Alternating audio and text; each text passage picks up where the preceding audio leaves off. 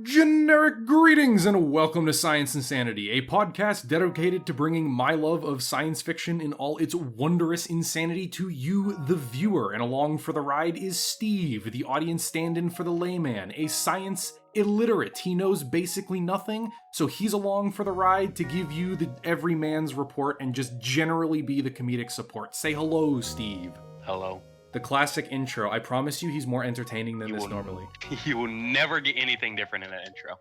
Oh, never. But before we actually get into the video proper, shill, Steve. Shill like your life depends on it, because it probably does. Patreon now exists. Go subscribe. 2 different tiers.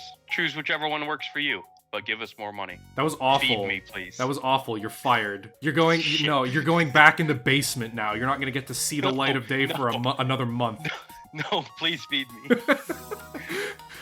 So, like Steve was saying, we have a Patreon now. Science Insanity is even more monetized than the ads on YouTube already was. If you guys would like to support us to keep the channel running and have some more perks and benefits rolled out as we kind of get up there doing numbers, head on over and check it out. Link is down below. Tier number 1, buy me a coffee. Relatively cheap, exactly what it says. You want me to keep editing early into the morning to make sure that I have no more accidental late Thursday releases? That's what you pick. If you're feeling particularly generous and you want to feed the gremlin over there that lives in my basement, pick the Feed Steve tier. All of this money goes back into the channel. So if you want to support Science Insanity and you've been enjoying what we've been doing so far, head on over there and check it out. Please and thank you. This is not a request, actually. Go do it now, or I swear to God, Steve gets it. Please help me. Okay, so, overly long intro out of the way. Do you know what we're doing today, Steve-o? We're talking about science insanity. Oh, sorry. My bad. Don't ever try to do my intro again, or I swear to God, we're gonna have problems. You're gonna catch these hands. I'm sorry. Okay, no, we are doing my favorite sci-fi universe, Battlestar Galactica, and instead of talking about the Mercury or the Colonial Fleet, been teasing the audience for quite a while, no! What we are going to be doing is the Jupiter-class Battlestar, the Galactica herself, talking about the make, model, what these things were built to do, what they were built to accomplish, what they did, and how they got refitted to have more guns than the first class of the Mercury. We are going to have a lot of fun this time because I love the Battlestars. The very definition of apply forehead to problem until the problem dies, and I love it. We're gonna have a lot of fun this time because Canadian said that I'm gonna have fun. So, first off, we are going to start out with the history of the Galactica, why it was designed, why the Jupiter exists. Now, I'm sure from the lore primer you are familiar with it. Would you like to regale the audience with all of the knowledge I'm sure you've retained? Yes. Undoubtedly. It's the main character in a television show.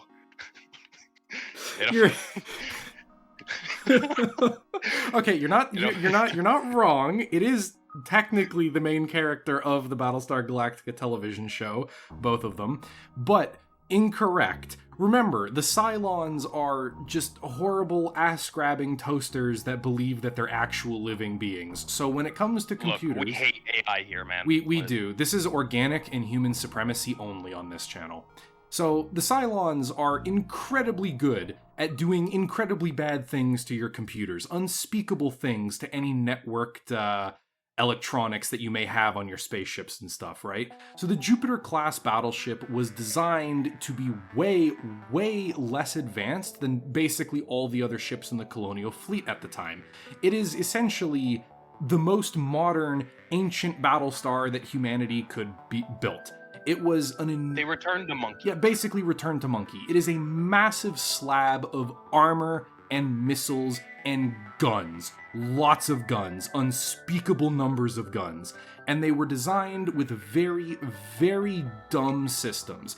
Every gun you see on that thing is most likely crewed by a small station inside the ship nearby, or it is directly crewed by a gunnery crew, that is English, that's literally sitting inside the gun, World War II style, aiming and firing it sometimes by eye, because any form of advanced electronics could potentially be hacked by the Cylons.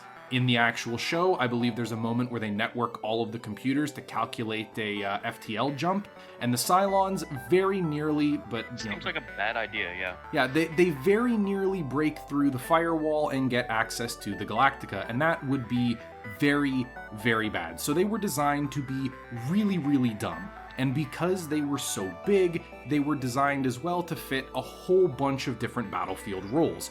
You see, up until this point, colonial ships in general are very all-rounders. They enjoy having a little bit of everything on them, but they focus primarily on armor and guns while being relatively unmaneuverable. The Battlestars were designed to be the every ship. They have an enormous complement of fighters in the form of Vipers and Raptors for support, along with a few other ships, but they don't really matter. They have a huge number of... Insignificant. They have a huge number of guns because they're designed to brawl at basically any range and put up the unholy wall of flak, which I'm sure people who've watched the other Battlestar videos will know I enjoy greatly. And if you haven't gone and watched them, go watch them now. Yeah, but come back to this. Exactly. Afterwards. Go watch them. Come back here and watch the video again, in fact. More watch time, more ad revenue, thank you. But the unholy almighty wall of flak is basically enough bullets and lead in space that there is literally not enough room to move. The answer to how much DACA is too much is this flak screen. There is no longer a single atom of space with which you can pass without taking a 9mm to the face. It is pretty fantastic.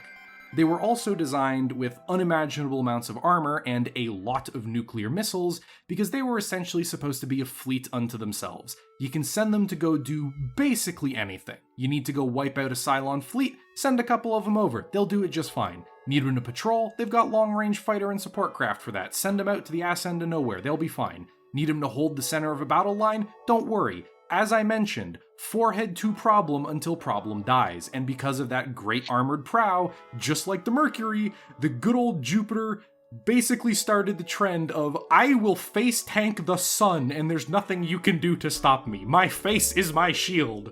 Simply wonderful. Simply wonderful. That's what better. That's what the giant alligator head on them is for, by the way. Basically to obscure like missiles and shit from hitting the rest of the ship and just be an unstoppable gun platform on the front of this thing.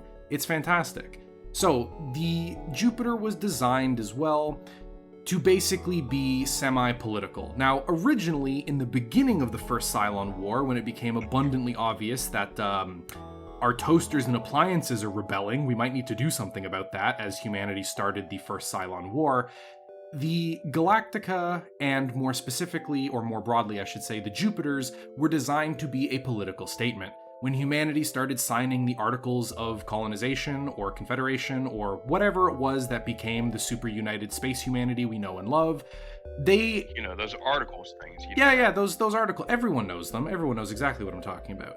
But when they signed these, a lot of the worlds initially didn't want to sign because they saw it as being a form of, well, oppression, because many of these quote-unquote colonies were colonies of the larger colonies. Look, it gets confusing, but just everything is called a colony. There are no homeworlds. It's just, it is what it is in Battlestar Galactica. You deal with it. So in order to sweeten the pot of joining this united human front against the Cylons, every single planet that joined was promised their own Jupiter-class Battlestar to defend their worlds and would be exclusively under their control. This did not last because humanity was like, damn, I ain't giving control of this super weapon to a bunch of dirt farmers, no please. And even though it was technically their ship, they got screwed out of it quite frequently. And humanity realized, damn, that's a lot of toasters, we might need more of these ships. And so they started building more after combat losses were, well, lost. HMS Agincourt moment? Yeah, pretty much. It's very interesting. The Galactica, along with one other ship, are basically like the most famous battle stars in existence. The Galactica itself, even before the Second Cylon War and the flight of humanity from the colonies, was one of the most famous ships ever built by humanity. There were a few others, however, Galactica being one that I would like to mention. We're going to talk about it a little bit more as well. And if I recall correctly, Battlestar Columbia Oh, pause, surprise, hey, it's me, Editing Canadian here, back at it again to correct good old Science Insanity being an idiot. No, it's not Columbia. I actually was incorrect in this take, it's Atlantia. Atlantia is the ceremonial name for the flagship of the colonial fleet. There was an Atlantia before the Battlestars, back during, like, the old original series. A Jupiter class was named Atlantia, that was the flagship of the colonial fleet, and when the Mercuries came out, there was a Atlantia designated Mercury class Battlestar, and that became the flagship of the colonial fleet. And then later on after that, in the pseudo lore, it's a Nova class Battlestar, which are the giga big ones that we never see. And what distinguishes the Atlantia from all the other Battlestars is most colonial ships have a red or dull orange paint scheme on them when they're like white or gray. The Atlantia is nice pristine white with a cool blue and gold paint scheme across the whole thing. Look at that. Lovely. Anyways, that's all. Back to the video. Bye-bye! So there's a lot of history with these. They also took part in basically every battle you could imagine. Any significant fight that was going on across the 12 colonies, Jupiter-class Battlestars were there, because they were one of the only ships that also had all of the flag systems on board to coordinate and control an entire fleet. When a Jupiter-class moved, it would bring the entire battle line with it, because this giant hunk of junk, well, I shouldn't say hunk of junk, this giant destroyer of worlds was basically capable of shaping the battlefield by itself. That thing is the battle line. It didn't move the battle line with it. It just is the battle line. Oh, we'll get into that. Believe me, we're coming up on the technical specifications. Before we fully get into those, though, I would just like to say how powerful in relation to the Mercury do you think the Jupiter actually is? You like remember how we talked about how monumentally stupid the Mercury is with all of its guns and missiles and stuff, and we had that wonderful moment where we were like, damn, there's enough nukes on this thing to glass the world 10 times over. Yeah. Just give me a general guesstimate. Do you think it's like more powerful, less powerful, about on par? I think it's probably slightly above. You are correct. I am amazed. Hell yeah. I am amazed. I know a little something. You know I a know little a thing or two because I've seen a thing or two. So, not sponsored, by the way. We oh my god. The Jupiter is significantly smaller than the Mercury. The Mercury is just an absolute titan of a ship, even at its smallest version, make, and model, because there's 3 makes of that ship. The Jupiter only has 2 versions, which is the initial production run, and then the mid-war refit. And up on screen, I'm going to show you guys, for anyone that's more visual, the first of the Jupiters has 3 arms on each flight pod. That's the easy way to distinguish them. The early war initial production runs of the Jupiter class have 3 strut things supporting the flight pods, and the late war refits only have 2. The late war refit is the version that we see in the actual television show, and all of the guns are missing from it because it was stripped down, and also animation budget go burr. They couldn't afford to animate its full glory, otherwise they probably would have gone bankrupt after season 1. Yo, I got a question. Shoot. I think these are the 3. It's audio, visual, and then I think the third one's kinetic. What about for us kinetic learners? Do you have a 3D model that you could ship me in the middle of this episode so I could further understand? Getting on to the actual technical specifications, finally, the Galactica is a monstrous ship. The Jupiters in general were very, very large. They have a crew of 3,500 at basically a minimum, because that's everything that they need to crew the flight decks, run the CIC, man the guns, damage control parties, basically all of that. However, the crew can go several thousand people higher, depending on what they're actually bringing on board. If they're bringing basically nothing but like Vipers and fighters and stuff, that's another couple hundred people on board. If they're bringing all the marine complements that they have for boarding actions or planetary stuff, that's a few thousand more people onto the ship. So this thing can carry an absolute city worth of people, like a small city of it. And it can do this comfortably because it is a long and wide boy. It is over a kilometer long, almost a kilometer and a half, at 1,440 meters length, 540 meters in width, but of course it gets even wider when it extends the flight pods, and almost 200 meters tall. It's a little flat. Sounds like the Pillar of Autumn in the Warthog run, and no other cases, because proportions. Just, yeah, the Pillar of Autumn randomly has a warthog track running down the middle of it for recreation purposes. Oh my god, yeah, it's a very... You gotta give the crew some sort of fun activities to do. I mean... fair enough, yeah. It is a big ship. Its armament, though, is rather impressive. It has 24 dual kinetic energy weapons, which are the big, fugly mother guns on the top and bottom of this thing. They don't look super big because the ship is absolutely massive, but each one of those things fires like minivan-sized shells. They are very large. Of course, it's 24 guns, and they're dual, so it's got 48 barrels of pain staring you down at any given time. It is also equipped with 12 missile tubes. And remember how we said they like to face-check the sun? Well, guess what kind of missiles are loaded into these bad boys? Do they happen to be nuclear? They do! I mean, they have regular missiles as well, in case you want to be boring. But in case you are a real man, in case you're a real man, they give you the opportunity to basically throw the sun at people, which is always entertaining. When it comes down, never to fails. Never fails. Nukes never fail. They've never failed once. There's no such thing as broken arrow events. Never. No such thing as okay. At all. As for actual defenses, going back to that almighty wall of flak, they have over 500 point defense guns. 500! And that's not including the number of barrels these guns have. That's just the number of gun like emplacements. Use a few more. It'll get more, don't worry. But, like I was saying, it doesn't include the number of barrels. Many of these guns are double or quadruple barreled rapid fire, like close-in weapon systems, basically. This thing has thousands of gun barrels poking out of it in every direction, and it's great. It's like the world's most dangerous hedgehog. It's fantastic.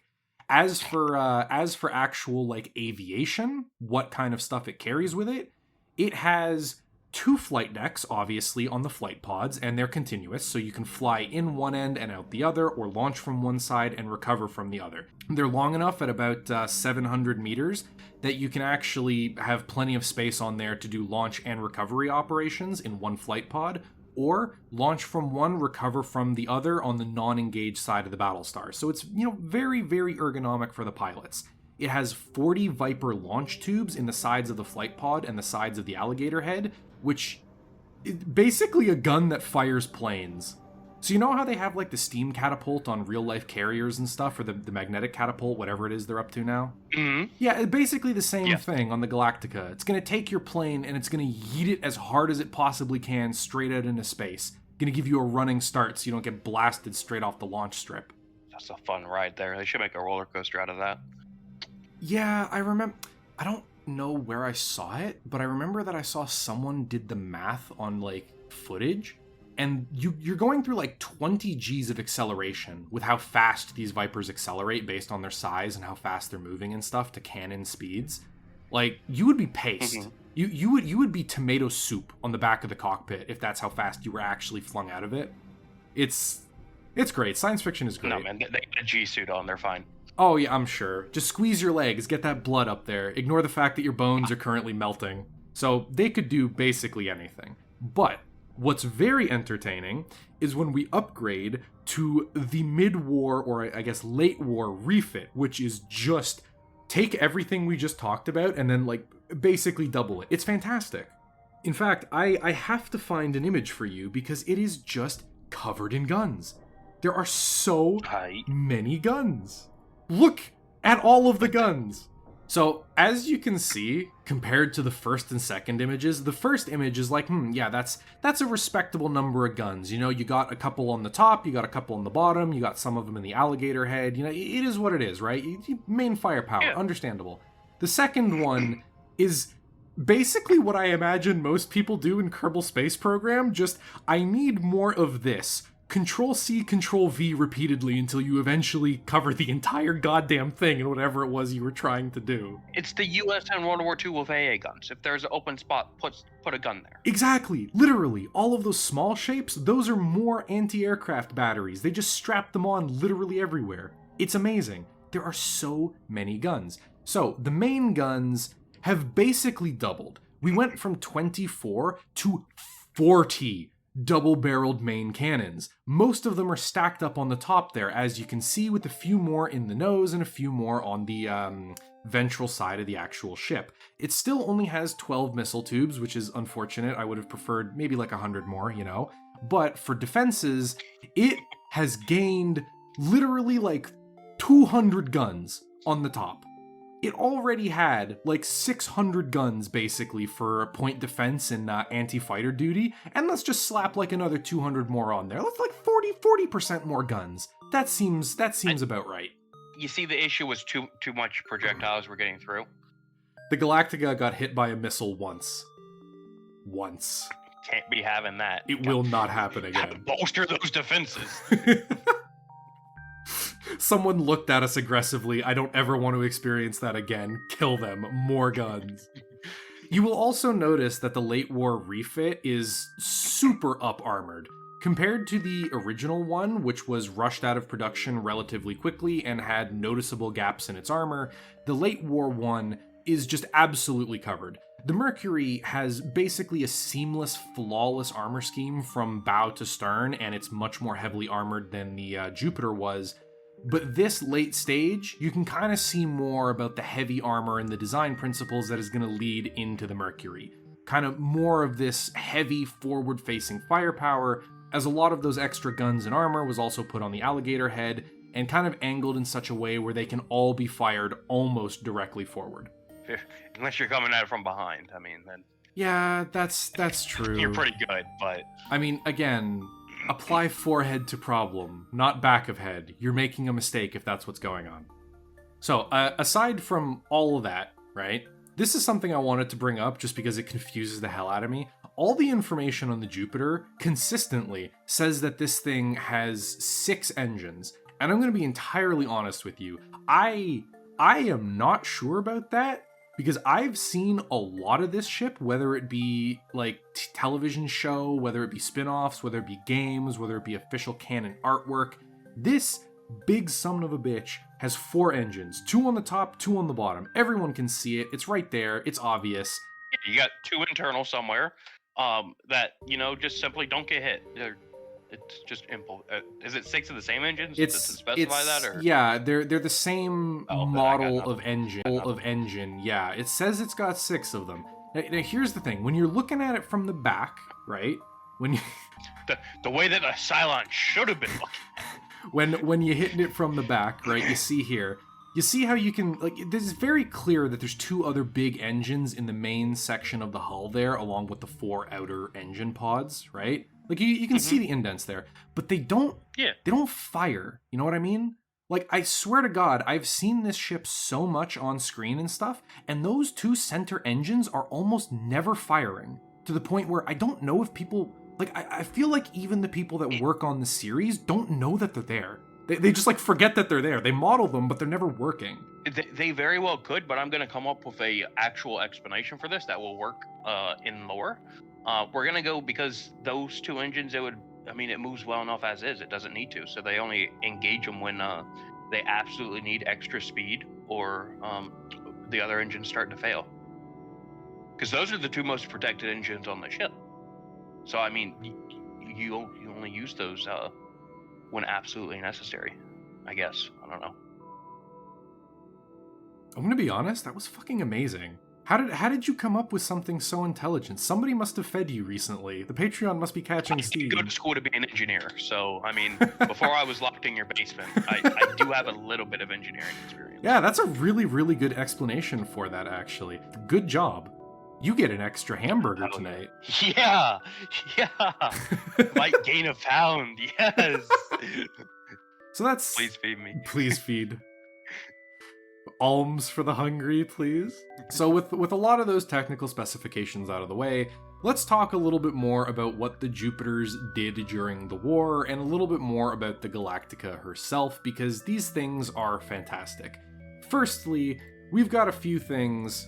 The Jupiter-class Battlestars have engaged in a frankly incredible number of operations, but there's a few really significant ones that they actually took part in. First, I want to talk about it a little bit because every single time we talk about BSG, I have to tease you with it. It's the world's longest running foreplay. The Ghost Fleet Offensive, which we're still not going to talk about anytime soon. A whole bunch of colonial ships were basically written down as destroyed, when in reality they jumped out of combat at the last possible moment before they were obliterated, simulating a reactor meltdown and the ship being blown to bits. They jumped into a fancy, hidden asteroid field, and they built up their numbers to assault the Cylons with a surprise hidden fleet that they didn't know existed. And the Jupiter-class Battlestar played a pivotal role in this. If I remember correctly, there was 3 of them. 3 of the original 12 Battlestars were part of the Ghost Fleet offensive, including the Acheron and the Galactica. The entire offensive was designed to look at the Cylons, go, damn, y'all got some space stations over there building ships. Be a shame if I were to push them into a planet and or destroy them in hellfire. And that's exactly what they did. They went out and destroyed an enormous amount of Cylon infrastructure, and because the Jupiter-class Battlestars could operate on such huge distances with relatively minor support, and they had such massive resource storage and munitions bays and stuff, they went on an absolute rampage, basically wrecking shop across dozens of Cylon worlds as the Ghost Fleet offensive destroyed massive amounts of Cylon war industry and military hardware. Of course, tragically, these things are not indestructible. Cylons just simply got behind it. I think it was a malfunction, actually, that doomed one of them. Most of the time, what an idiot. Yeah, most of the time when the Jupiter bites the dust, or bites the whatever that saying was, it doesn't matter. Whenever they kick the bucket, it's mostly because shit's going really, really wrong. It's not because they were ever actually beaten in a fair fight. It's because they've been sabotaged, or there was a malfunction, or there was an error with someone else. And in this case, it's basically all of them. The Acheron jumped into a system ahead of where a whole bunch of other ships were supposed to be meeting due to several issues with timing and communication, and it ended up completely alone at the rendezvous point. When it was discovered by the Cylons, they jumped a massive fleet over to try to destroy the ship before reinforcements could get to it and pose a threat to Cylon infrastructure in the area. However, the Acheron managed to fight them off for, I think, over an hour, vastly outnumbered while holding its own against the Cylon attack, and it was only actually put down when a malfunction caused by some damage or poor maintenance or something basically knocked out all of the big guns on the top of the ship. Something caused them to stop firing, and the Cylons slammed several dozen nuclear missiles into the top of the ship, literally ripping it to pieces. The head was completely disconnected, all the engine pods were torn off, the flight pods were completely severed, the center of the ship was destroyed. They did not stop. They didn't stop killing this thing until it was in so many pieces that it could literally never be put back together again. Humpty Dumpty ain't got shit on how apart they took the Acheron. Sounds like the thing just got skill diffed, if I'm being honest. I mean, it was holding its own for a long ass time though. It was oh shit. It's like you're fighting off 10 dudes and you're winning, and then your gun jams and you're well, shit. If they had put an extra 200 more guns on the thing, maybe it wouldn't have suffered that damage, and it could have actually survived. There would have been no malfunction. That's a good point. Yeah, maybe if they had put 1,000 guns on there, it would have solved the problem. Certainly wouldn't have run out of power and run out of ammunition immediately, but hey. No, they just gotta start with the extra 2 engines, get those alternators running, and get some more power. Dude, that's not how science fiction works. The engines don't generate the power, Steve. That's not how that works. They have a reactor. They have a power plant. That generates the power. How'd you go for a second? No, I was looking at you. I was like, what? What do you mean you turn the engines on for more power? They draw more power, you numpty. Nah, that can't be how that works. Not possible.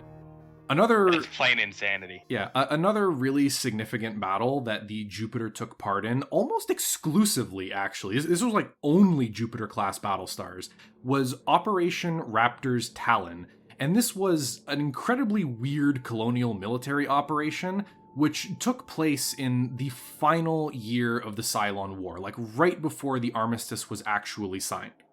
Now, This was when the Cylons were experimenting in becoming humanoid, when they were trying to develop their humanoid Cylons.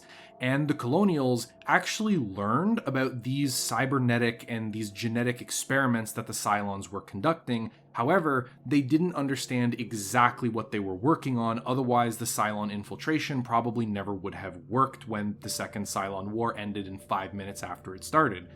All they did know was that there was some kind of bio-cybernetic weapon that the Cylons were developing, and the Colonials thought it was going to be a super weapon that they needed to basically smash off the face of the planet. Like, just remove it off the universe. Thanos snap it out of existence. Reduce it to atoms. They were very concerned about this. And so what they did was... Oh, by the way, I should probably mention, the reason they learned about this is because the Cylons were kidnapping people and vivisecting them, which is terrifying. Do you know what that means, by the way? Do you know what a vivisection is? Yes. Okay, for anyone... Probably for anyone that doesn't. Yeah, okay, so minor trigger warning, minor body horror warning, but a vivisection is when you take a person who is alive, you strap them down, and you begin cutting them to pieces while keeping them alive as long as possible to see what does what. Basically to learn about what you're doing and how it affects the human body. And they did this to a lot of people. That's how the Colonials found out what was going on. That I'm assuming either people who survived, escaped, or managed to hide from these raids informed the Colonials about what was happening. Now, ultimately, as we know, the Cylons were successful in the creation of a hybrid, so I guess the ends justify the means? No. Okay, fair enough, yeah. 3 Battlestars were sent to the world, an unnamed ice world, where this research was happening, in the express intention to obliterate this research facility. They weren't even going down there to, like, figure out what was going on. They were going to find it, they were going to identify it, they were going to see if there was any humans there, and if they weren't, they were going to nuke it repeatedly from orbit. The Battlestars that they sent were the Galactica, the Columbia, and an unknown, unnamed Battlestar, another Jupiter class. Didn't do anything ever meaningful. They just needed another CGI ship to put in the background to make it an even 3v3. That's what it was. And they didn't feel like making a different one. No, they didn't. They just copy-pasted the 3D model because animation is expensive and animators go brr. Probably still has one of the 2 nameplates on it from the other ones. The Battlestars jumped into orbit above the planet and basically immediately came in contact with a Cylon base star flotilla that was there to defend it. And they got into a slugging match almost immediately. During the battle, the Columbia, which again, if I remember correctly, is like the flagship of the entire colonial fleet, took crippling damage to its side when an atomic missile, a nuclear missile, managed to get through its defense screen, hitting it just above one of the flight pods and knocking out a large number of its forward defense guns and some of its cannons. See, we've made this point before. If you put more guns on it, it doesn't happen. Exactly. These should have been the late war refits as well. What were they doing? They had all the guns. Excuse me? But not enough. Not enough, apparently, yeah. So this damage was immediately noticed by the Cylons, who basically focused all of their raiders and all of their missile fire on the Columbia. And in response to that, the Galactica actually ordered its combat air patrol and a lot of its own mighty wall of flak to be directed to assist the Columbia, moving in closer to try to make up its own weaknesses in its defense screen. However, the order came significantly too late, and as several more nuclear missiles hit the Columbia in the already weakened area, several massive internal explosions basically ripped the Jupiter apart. It basically tore in two, and both halves fell to the planet below as it was, relatively low in orbit and needed those engines to stay up there. Titanic moment. Unfortunately, though, everything was being evacuated onto a landed base star on the ground, and the actual armistice was called almost moments after this. Like, they were on the planet, the Colonials were about to nuke everything, they were about to knock the Cylon base stars out of the sky, because they were winning the fight, even though things were not going particularly well. So the Colonials were winning, obviously. They were going to come out of this incredibly bloodied, but they were winning. However, as this was happening, as the tide was beginning to turn and the Colonials were, basically getting ready to end the fight and things were progressing and the Cylons were at risk of losing all their hybrid progress, they called the armistice. They basically went, yo, humanity, can we, time out, pause, we need to take a breather real quick, please. It'd be great, thanks. And this is one of those things that I would absolutely not listen to if I was a captain, because there is something very, very fishy about all of a sudden discovering the Cylon's secret superweapon lab, and then them going, pause, please, peace talks, yeah, huh? Like, there's something a little suspicious about that. I believe the answer to that is destroy the superweapon and then peace talks. Exactly. So that was a little bit of a disaster. And, moving on from Operation Raptor, there is obviously the flight of humanity, but I feel like we'll leave that to a more specific episode on that topic rather than, just talking about the Jupiter-class Battlestar. So we're gonna skip that, and we're gonna talk about the end of the war and what happened after the armistice. So, are you aware of what happened to the Galactica and why she existed for so long when stuff like the Mercury was around in hundreds of numbers? Because it could be. Incorrect! It was actually propaganda and political grandstanding.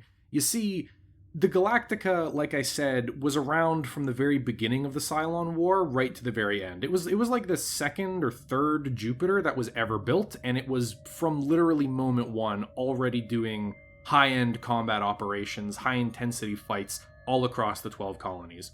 So it was an extreme morale booster, and even though it wasn't like the flagship of the fleet, it stayed around as a symbol of humanity's might and kind of like a unifying morale booster for a long time.